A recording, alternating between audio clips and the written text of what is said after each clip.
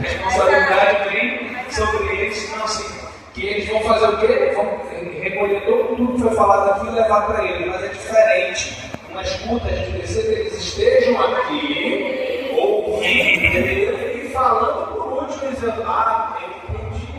A solução é essa, a solução é aquela. Né? Por que a gente está com uma GEI aqui no organograma aqui embaixo? Por que essa GEI não é uma subsecretaria de educação escolar indígena aqui do município de Manaus, que é o município com a maior população indígena de todo o Brasil? É uma proposta que passa pelo executivo. Né? Decreto passa pelo executivo. Quem vai propor esse decreto não é o legislativo lá. Vai para lá, mas sai daqui. Então essa campanha que a Márcia menciona, ela é muito importante. Não é a campanha da Covid, é a campanha nossa, da nossa educação escolar indígena no município de Manaus. Então apoiem, repliquem as suas redes e vamos nos movimentar para fazer as propostas que precisam de melhorar. Tá certo? Obrigado. É uma coisa que eu tenho gosto muito de pensar. Nós sabemos, mais ou menos, quanto é que nós temos para a educação escolar indígena, para a responsabilidade? Quem sabe? Ninguém sabe. Já o primeiro sabe? Aqui se sabe.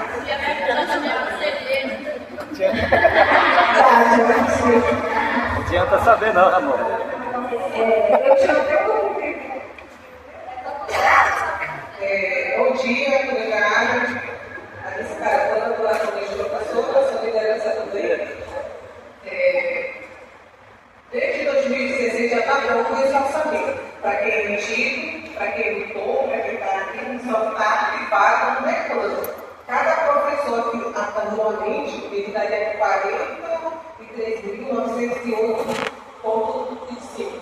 O que falta isso acontecer? Tem de uma borracha, um orçamento próprio para professores indígenas. Só que acontece, vai mudando, vai trazendo-se novos professores acomodados, que não têm esse poder de luta como os antigos, não tem uma carreira, como foi dito aqui. A gente entra muito, saímos comigo, porque quando você falou que na DPM, você vai procurar você não vai isso é uma realidade. Se você não tem uma instituição que seja regulamentada pelo MEC, da Universidade Estadual, Municipal ou particular. Então, assim, o que vocês, ou nós temos que fazer atualmente? Estar ligado nesse sentido de tem lei, está pronto, vamos arquivar. A lei vem de cima para baixo, vem de colocar aqui dentro pessoas que entendam, que seja fixa e calma. Não tem que ser do meu jeito. Se você colocar alguém que já está tudo pronto para colocar numa plataforma no link de educação, é muito fácil. Tem um funcionário mais estrutura, é muito fácil. Agora, se você for ensinar, pergunta aqui no seu programa, você sabe mexer no link para colocar tudo pronto, os paradidáticos, porque nós estamos fazendo várias funções. Nós temos que deixar tudo pronto nos assessores, porque se a gente não deixar uma aqui para fora, então chega como pessoas atrasadas. Porque se você tem assessor, é para assessorar. Se a gente tem a gerência, porque existe demanda de professores. Se existe professores, porque existe demanda de alunos. Se existe a educação escolar e programa, reivindicação de cada povo, de cada comunidade, de cada aldeia. Ela parte para o orçamento, como foi feito pelo parente. E esse orçamento veio da onde? De Brasília. Ela não é apenas um imposto nosso que foi comprado no papel higiênico e mandado para lá, e de volta como resultado de políticas públicas, já garantida na Constituição. E se a gente não tiver atento às políticas, tudo passa por esse bypass para esse sentido de união, Estado e município. Vai continuar a mesma coisa, o mesmo discurso que eu ouvi há 20 anos atrás, que a gente não produzir nada. Então tem de volta isso. Por quê? Porque chega alguém que fala bonitinho, chega aqui, não, as escolas, elas têm que ter tudo isso de pedagogos, especialistas e professores, mas ela tem que se avançar sim, se ela for vir para parar a maioria aqui, então é melhor que esteja. Como saiu alguma instituição que estava parando todo mundo, vai sair também. Então, se ela está aqui, é porque foi pedido dos professores para assinar uma vacina. Se ela não tivesse vacina, ela vai sair com a internet. Então, assim, é um aviso, porque eu estou sentada aqui como professor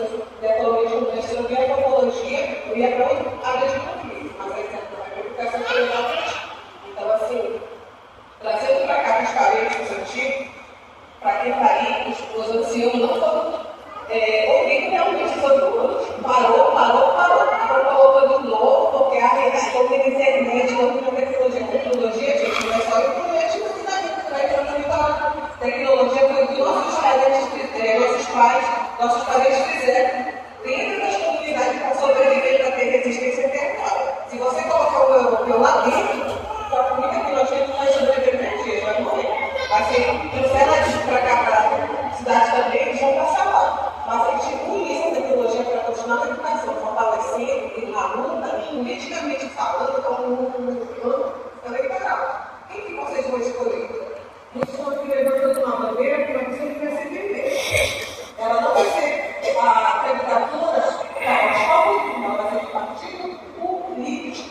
Daqueles que sempre foram contra a população de a dizimação do interesse maior no Ministério da Educação. O ser humano, a vida da educação vai ter interesse liberador na biodiversidade. Então, você tem que ficar muito atento àquele discurso muito bonitinho.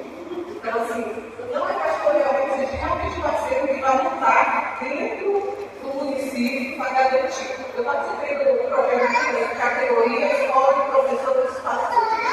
Então, a gente tem uma noção de como os direitos trabalhistas deve ser funcionando. Está funcionando. O deveria já ser garantido. Os cargos deveriam já estar sendo preparados. E não são uma vaga, são as 3 vagas. Ah, não, vamos preparar 3 vagas. É 5 a 5 vagas. Vamos preparar 5 para que esteja garantido 5. O ministro colocou, não deu a mais para que vocês colocar 10. Não tem que colocar 10, porque nós precisamos colocar 20, porque ele não vai dizer que os governadores no máximo 5. Então, você tem que usar essa estratégia junto ao poder político, sanitário e das políticas públicas dentro daqui. Então, são pessoas, professores, formadores de opiniões, para fazer um comando cidadão que vai ser ali para ficar faltando o discurso no meio campo e permaneça a rotatividade de professores também, como representantes, porque aquele meio que você está caindo lá, ainda não funcionou. Está vendo o pensamento sem estar tendo uma resposta ao resultado. A gente vai dizer para cada um dos políticos que tem diferenciados. E eles sabem que a gente tem que estar junto, ele está aqui. O orçamento ele está arquivado dentro de uma borracha, ele tem um arquivo. Ou um orçamento justo. Então ele era para ser reformulado de 2 em 2 anos, tanto que você sempre sabe de matemática. Então vocês já sabem que você tem que preparar. E a volta da chancelora aqui, a gente sabe que foi uma luta desde todos, desde o grupo desde o aparecimento do orçamento. A gente tem o nosso apoio, consultou para quando não ser condenado, porque a gente sabe que é assessora da cidade, essa aproximação com o preço que fez, então não está reclamando aqui, porque ela não entendi. Só depois que ela participou, porque a gente está se unindo a buscar, e nem para a sala de aula e fica fora. Então, aí na frente, sabe, o que o professor passa, porque ele tem dentro de uma sala de aula soluções estruturais aqui. Então, a falácia só está falada por fala, agora quem recebe é difícil. A nossa língua da boca. Tem que estar ligado.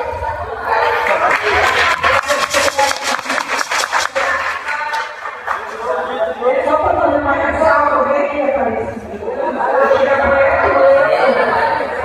Não, realmente tem esse orçamento que ele colocou dentro, mas nós estamos falando de outro orçamento. Falando sobre, dando um exemplo específico, mas a gente está querendo fazer incidência no orçamento do município de Manaus. Lembra que nós estamos aqui é o quinto PIB em âmbito nacional, né? Em função do porte industrial. Então, assim, uma proposta que a gente poderia pensar é justamente que um percentual da arrecadação do porte industrial de Manaus fosse destinado à educação escolar indígena.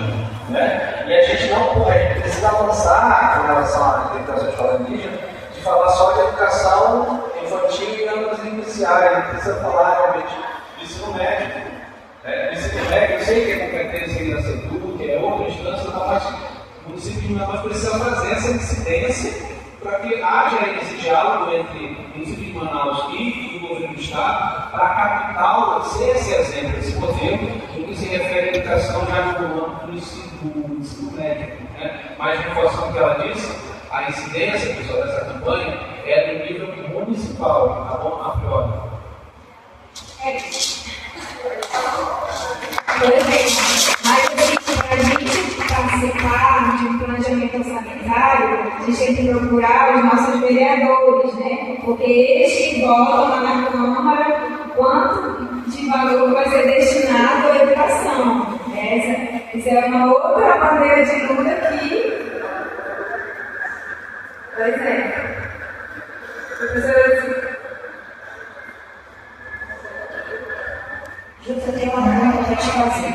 Mas eu não sei como funciona nos espaços, mas sobre as escolas. Quando o professor ele entra para contratar pela classe média, ele tem todo o direito de estudar, fazer sua graduação, que ele está liberado, né? Ele está respondendo para isso.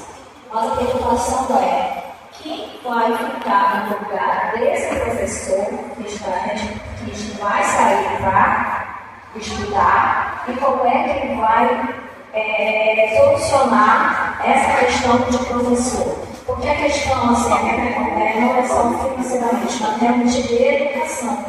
Entendeu? Como que a matriz curricular vai ser cumprida na escola quando o professor precisa se ausentar para ir para a universidade? Eu acho que é uma maneira de pensar de como vai agora nesse processo seletivo, de como que não vai prejudicar as escolas. Muito bem. O que é feito hoje? Que tem um momento que o professor se ausenta do espaço ou da escola e a comunidade fica responsável de conseguir alguém para ficar no lugar desse professor. É o que acontece. Mas assim, a responsabilidade aí é do gestor, do próprio professor, a gente tem que pensar nessa organização, né? Porque de fato foi uma necessidade que surgiu, não houve um diálogo, eu acredito que vocês foram chamados para conversar sobre isso, e a gente precisa realmente conversar, porque você vai escolher alguém para ficar no seu lugar. E a gente tem que pensar numa forma de organizar esse período, né, que geralmente é 2, 3 meses, né, que o professor se ausenta. Esse professor que vai estar no lugar, ele tem que conhecer um pouco sobre o que é planejamento, o que é comigo, o que é estar na sala de aula, porque senão vai comprometer todo o trabalho da escola. Eu acho que a gente pode estar conversando sobre isso em um outro momento, né, porque nosso horário já está bem avançado mesmo. Mas é uma coisa, um assunto importante, né, professora Cristina? Professora Cristina? Contribuir comigo, né? Mas enfim, professora, a respeito da lei de 1978, era sobre isso, né? Se os senhores nesse novo contrato, os senhores eles vão ser contratados, né? Porque só mais uma coisa que a gente vê na lei, né? Ou se é só depois quando a escola, já que também entendendo também o que o secretário falou, né, que nós temos que cobrar, o que está, ele já está na lei, se já está na lei, então o que precisa fazer? Cobrar semente, entendeu? Esse que a gente precisa entender um pouquinho, né, porque ele falou que só pode fazer, né, se tiver na lei. Então,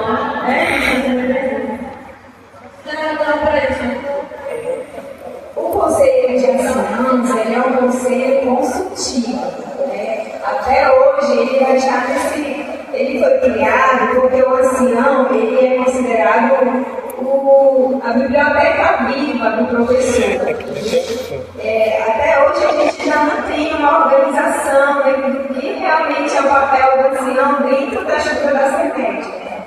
É algo que a gente precisa organizar também, mas é uma coisa a se pensar. Nós temos muita coisa para organizar, inclusive a escola indígena que está em construção, que aqui nós estamos trabalhando no PDP, ela vai abarcar os espaços.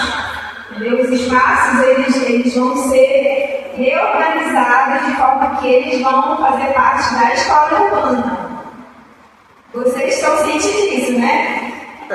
Professora, eu não sei se eu entendi a pergunta da Jeane, mas eu acho que quando ela está se referindo a isso à lei, ela está fazendo essa diferença entre o professor indígena e o conhecedor, né,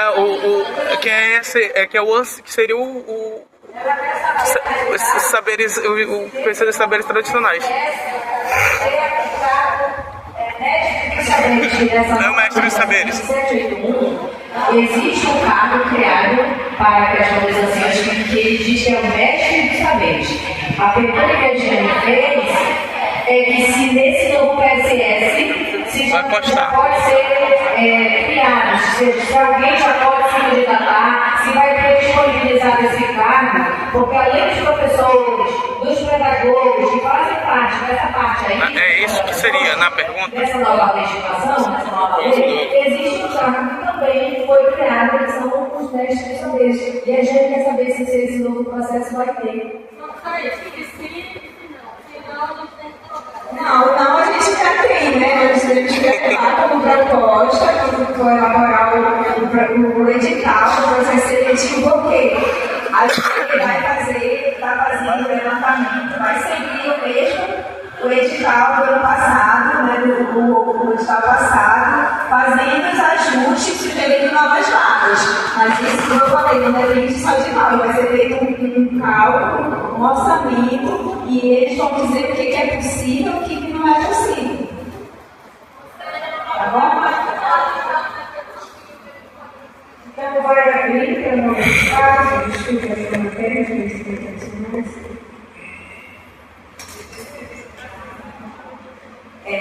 Vai abrir para todos os espaços que estão na lei.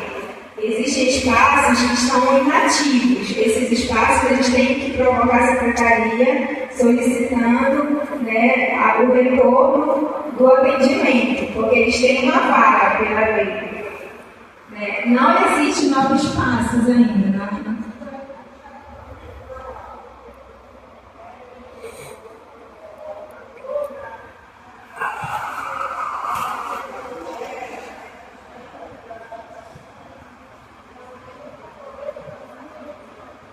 Os espaços que a gente conseguia até o certame fazer o processo de visita técnica, eu tenho que verificar qual é o processo do povo oral para ver o que ficou demandado para poder a gente dar seguimento. Existe uma escola indígena que foi uma escola que solicitou a autodeclaração como indígena, que é a escola Rui Barbosa, se não me engano. Teve um professor aqui que falou dessa escola. Ela solicitou o reconhecimento como escola indígena e por algum motivo ela não foi aceita. Eu preciso que esse gestor, essa comunidade, entre em contato com a GE para a gente ver o que ficou pelo caminho, por que não foi deferido esse pedido. Porque, gente, quanto mais a gente fortalecer, a gente precisa fortalecer a educação escolar indígena. Quando o espaço deixa de funcionar, isso não é algo bom, isso é ruim. Quando